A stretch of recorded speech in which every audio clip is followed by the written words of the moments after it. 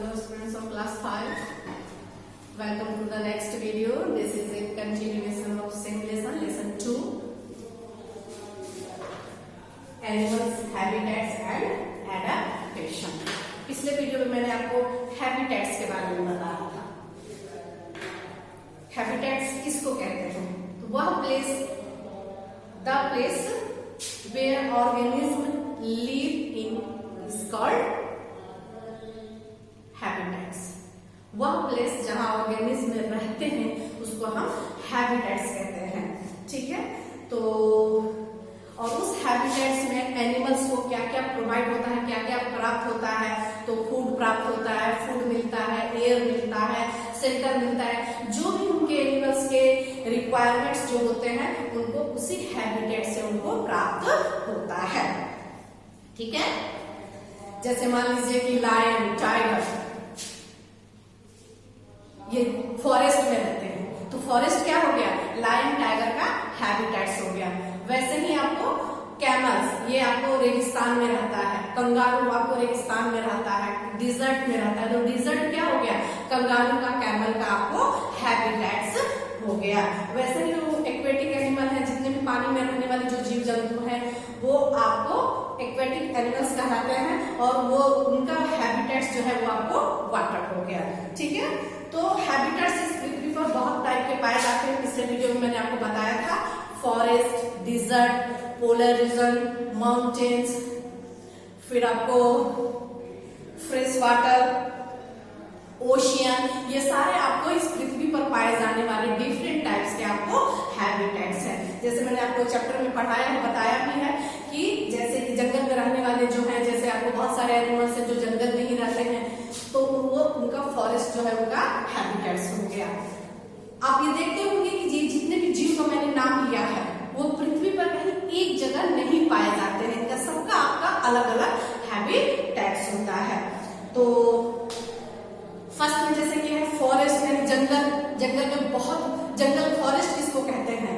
तो बहुत large area जो आपको वेराइटी के प्लांट्स, ट्री से वो पूरी तरह से कवर्ड होते हैं और उसमें बहुत वेराइटी के आपको एनिमल्स भी पाए जाते हैं. जैसे लायन टाइगर जो है वो केव में यानी गुफा में रहते हैं. तो गुफा आपको कहाँ पाया जाता है? तो जंगल में पाया जाता है. वैसे ही पेड़ पौधों पर आपको चिड़िए पाए जाते हैं, चिंपैंजी पाए जाते हैं, मंकी पाए जाते हैं. तो ये जंगल के पेड़ पौधों पर ये आपको पाए जाते हैं. कुछ ऐसे एनिमल्स जो होते हैं वो जंगल में आपको घूमते हुए भी दिखाई देते हैं. कुछ ऐसे जंगल एनिमल्स हैं जंगल के जो डिग करके गड्ढे जैसा करके उसमें बर्रो बना के, बिल बना के वो उसमें रहते हैं और उनको उनके जिंदगी रखने के लिए जो भी आपको रिक्वायरमेंट है, हवा, पानी, फूड, शेल्टर, ये सारे उसको इसी हैबिटेट से, इसी फॉरेस्ट एनिमल्स को प्राप्त होता है. ठीक है, अब आइए सेकंड जो आपको मैं बताई थी डिजर्ट. जैसे कैमल, कंगारू, ये आपको डिजर्ट एनिमल में आते हैं. इनकी खासियत क्या है? जैसे मैं एक एग्जांपल आपको बता रही हूँ कि जैसे आपको कैमल, उनके जो फीट जो होते हैं वो ब्रॉड होते हैं, चौड़े होते हैं, जिससे वो काफी आसानी से वो सैंड पर, बालू पर उनको चलने में आसानी होती है. उनके जो आंख के जो पलक जो होते हैं वो देखिएगा कि वो मोटे होते हैं. वो क्या करते हैं कि जब आपको बालू जो हवा जो बहती है तो वो धूल भरी नहीं होती, वो बालू भरी होती है. उस तेज हवा में आपको बालू की मात्रा बहुत जा चुकी, वो रेगिस्तानी इलाका है. तो जब तेज हवाएं बहती हैं तो बालू उस ऊंट के आंख में न जाए. उनकी पलकें जो होती है, उनका स्ट्रक्चर जो होता है वो मोटा होता है, जिससे उनकी आंख को बालू से प्रोटेक्ट करता है. वैसे ही उनके पीठ पर देखिएगा डंप होता है, कुबड़ होता है. उसमें क्या करते हैं वो कि वो पानी को स्टोर कर लेते हैं, जमा कर लेते हैं. क्यों? कि जब उस एरिया में, सभी जानते हैं कि रेगिस्तानी इलाके में जो है नाम की बारिश होती है, बहुत कम मात्रा में आपको बारिश होती है, वहां पानी की बहुत स्कार्सिटी है, पानी की वहां बहुत दिक्कत है. तो जब वहां वैसे ही एनिमल्स सर्वाइव कर सकते हैं जो स्कार्सिटी ऑफ वाटर यानी पानी की कमी को वो बर्दाश्त कर ले. तो कैमल के पीठ पर डंप होता है, कुबड़ होता है, उसमें वो पानी क्या करता है? स्टोर कर लेता है. जब पानी की काफी ज्यादा दिक्कत होती है तो उसी स्टोर किए हुए पानी से वो अपना काम चला लेता है. ठीक है, अब आइए नेक्स्ट जो हैबिटेट्स है पोलर रीजन. पोलर रीजन ध्रुवीय क्षेत्र. यहाँ सालों भर आपको बहुत, वहां का जो एरिया होता है वो स्नो से ढका होता है, यानी बर्फ से ढका होता है और वहां सालों भर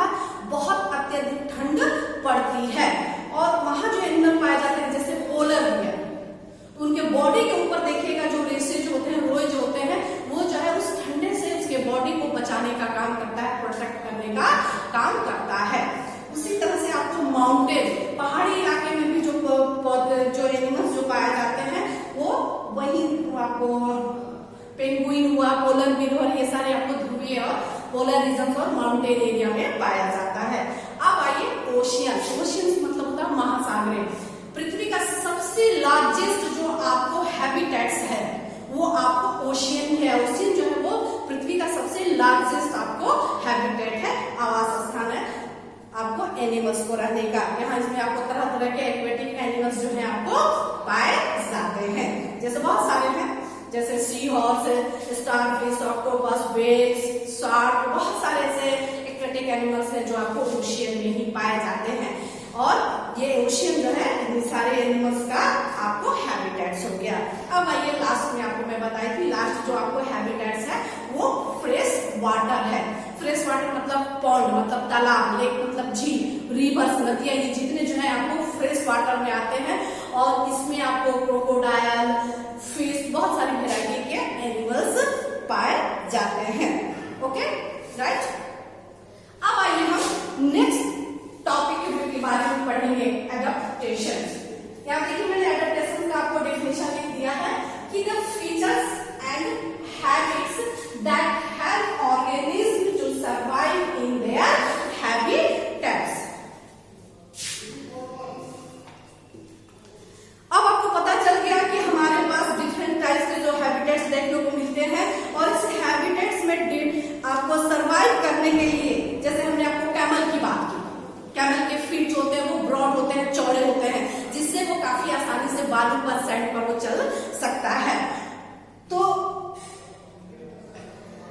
एनिमल जिस हैबिटेट में रहता है, चाहे वो फॉरेस्ट में रहने वाला एनिमल हो, चाहे सैंड में, डिजर्ट में रहने वाला एनिमल हो, या ओशियन में रहने वाला एनिमल हो, या आपको फ्रेश वाटर में, या पोलर रीजन, माउंटेन, जितने भी आपको हैबिटेट्स है वहां रहने वाले जो जीव हैं, तो वो वहां रहने, वो अपने बॉडी के अंदर ऐसे स्पेशल फीचर्स डेवलप कर लेते हैं।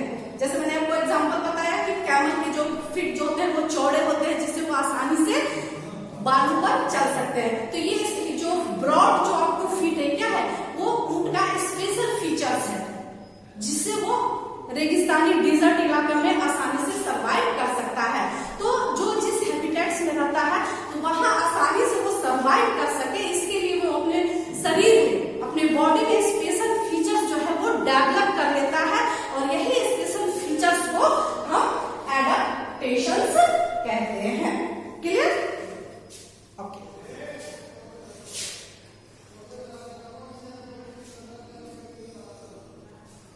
अब अगर हम आपके सिलेबस की बात करें तो सिलेबस में आपको एडेप्टेशन के बारे में, एडेप्टेशन के बारे में आपको पढ़ना है। तो उसमें सबसे पहला जो एडेप्टेशन है वो आपको बॉडी कवरिंग है।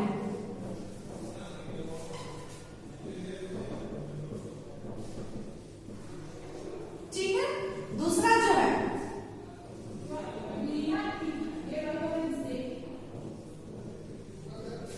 Organs of breathing.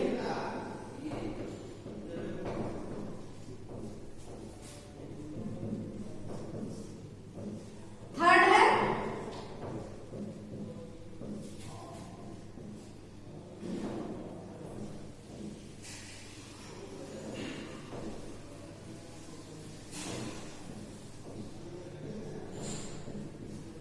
Movements, and fourth है ईटिंग हैबिट्स।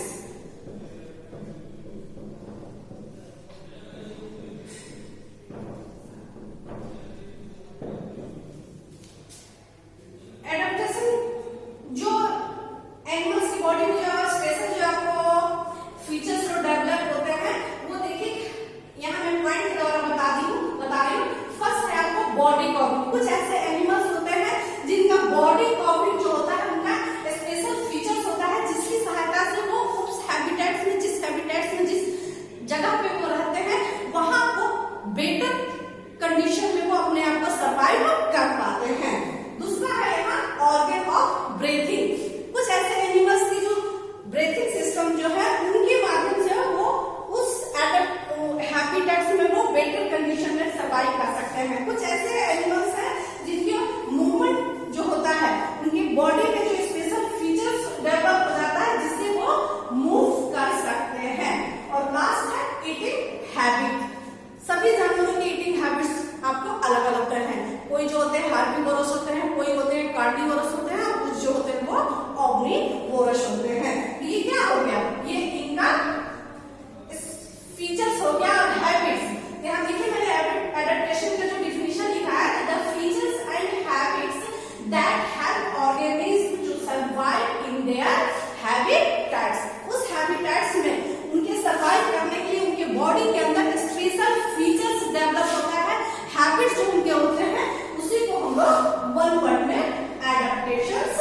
कहते हैं। ठीक है, आइए सबसे पहले हम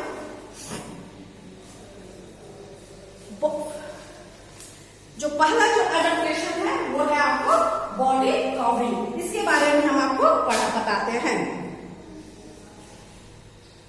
ये बॉडी कवरिंग क्या होता है? कुछ ऐसे एनिमल्स हैं जिनके आउटर जो लेयर जो होते हैं, आउटर जो लेयर, ऊपरी जो कवर जो होता है, जैसे आपको स्नेक, फिश देखिएगा, उनकी बॉडी का जो होता है वो आउटर कवर जो होता है वो एक उनके आउटर कवर जो होता है, लेयर जो होता है वो स्पेशल होता है, जिसकी मदद से उस हैबिटेट्स में उनको बेटर तरीके से सर्वाइव करने में सहायता मिलती है। तो ये जो बॉडी जो कवरिंग में देखिए बहुत सारे आते हैं, जैसे आपको कुछ एनिमल्स में स्केल्स पाए जाते हैं, कुछ में आपको सेल्स पाए जाते हैं,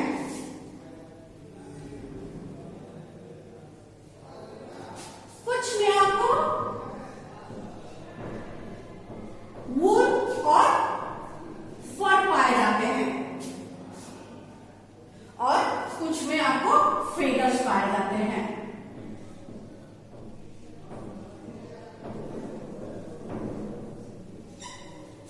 कुछ एनिमल के आउटर कवरिंग जो बॉडी कवरिंग होती है वो स्केल होते हैं, किसी में सेल होते हैं, तो किसी में वूल या फर होते हैं, और कुछ एनिमल्स में आपको फेदर्स होते हैं। तो आइए सबसे पहले हम स्केल के बारे में पढ़ते हैं। तो स्केल में आपको क्या होता है? तो जैसे आपको स्नेक, सांप आपने देखा होगा, फिश मछली देखिएगा, उसके ऊपर चुईया जो होता है, तो वो चुईया क्या है आपको, ये आपको स्केल हो गया। स्नेक की मैं बात करूंगी, उनकी बॉडी के ऊपर देखिएगा आपको जो आउटर जो लेयरिंग होता है वही आपका स्केल होता है। जैसे ये स्केल में सबसे महत्वपूर्ण जो चीज है वो मैं आपको बता दूं कि what is moulting. Very important question, क्या आप जानते हैं कि व्हाट इज मॉल्टिंग? मॉल्टिंग क्या होता है? तो स्नेक आपने देखा होगा, स्नेक के जो आउटर जो लेयरिंग होता है, जब वो ओल्ड हो जाता है तो देखिएगा कि उसको सेट कर देता है। स्नेक जो है उसको सेट करके अपने बॉडी से हटा देता है, और हटाने के बाद फिर देखिएगा कि उसकी बॉडी पर फिर नया स्किन जो है वो आपको डेवलप होना शुरू हो जाता है। तो वो जो नया स्किन जो डेवलप, देखिए मैंने स्केल से रिलेटेड ये आपको क्वेश्चन है, ये बहुत इंपॉर्टेंट क्वेश्चन है इस चैप्टर का। What is moulting? मॉल्टिंग क्या होता है? आप लोग स्नेक देखेंगे, सबसे पहले मैं आपको बता दूं कि मैंने मॉल्टिंग का डेफिनेशन लिखा है कि the process of shedding old skin to replace it with new skin. आपने स्नेक देखा होगा, स्नेक देखा होगा कि वो अपने ओल्ड जो स्किन जो है वो सेट छोड़ देते हैं, वो बॉडी से वो सेट जो है वो छोड़ देते हैं, और देखेंगे उसके बाद वो नया स्किन आपको डेवलप होना शुरू हो जाता है। ये न्यू स्किन जो आपको डेवलप जो हुआ, यही आपका स्केल कहलाता है, और ये